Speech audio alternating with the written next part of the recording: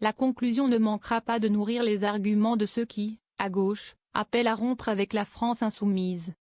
Dans une vaste étude post-électorale réalisée par l'Institut Ipsos pour le Monde, la Fondation Jean Jaurès, le Centre de recherche politique de Sciences Po et l'Institut Montaigne, la stratégie du parti fondé par Jean-Luc Mélenchon suscite un fort rejet auprès de l'opinion.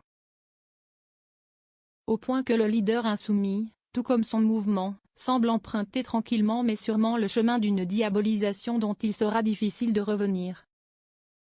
Réalisé sur un échantillon de 11 204 personnes, ce qui est un format bien plus large que les sondages habituels, du 26 juillet au 1er août.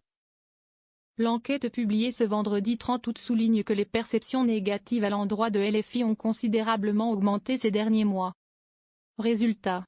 74% des sondés affirment qu'il s'agit d'une formation d'extrême gauche, ce qu'elle n'est pourtant pas au regard de son programme. Ce qui constitue une hausse de 9 points par rapport à une étude similaire réalisée par le même institut en septembre 2023. Plus grave, 72% des personnes interrogées estiment que le parti mélenchoniste attise la violence, contre 60% il y a un an, et 69% qu'il représente un danger pour la démocratie, contre 57% l'an passé. En parallèle, le parti de gauche radical recule sur les marqueurs positifs.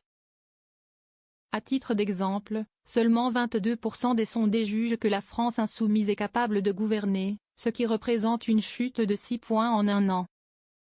Tout aussi préoccupant concernant le nouveau Front populaire, cette forme de rejet de LFI s'observe également chez les sympathisants socialistes, lesquels jugent à 57% que cette formation est dangereuse pour la démocratie et à 68% qu'elle attise la violence. Diabolisation ou impasse stratégique ? Preuve, s'il en est, que malgré le contexte d'une union de la gauche à travers le NFP, LFI souffre d'un plafond de verre y compris chez ses partenaires. Et pas seulement au Parti socialiste, seulement 17% des sympathisants écolos ont une bonne image de Jean-Luc Mélenchon. Car, effectivement, le premier des insoumis est devenu la personnalité politique suscitant le plus de rejet. 83% des sondés en ont une image défavorable, contre 57% pour Marine Le Pen. Le fruit, sans doute en partie, de l'intense campagne de diabolisation menée par la Macronie, qui bien souvent dresse un signe égal entre LFI et le RN. Bien que, et c'est à souligner, seulement 25% des sondés jugent que la formation de gauche est souvent injustement diabolisée. Autre élément d'explication, la stratégie conflictuelle assumée par les troupes du triple candidat à la présidentielle.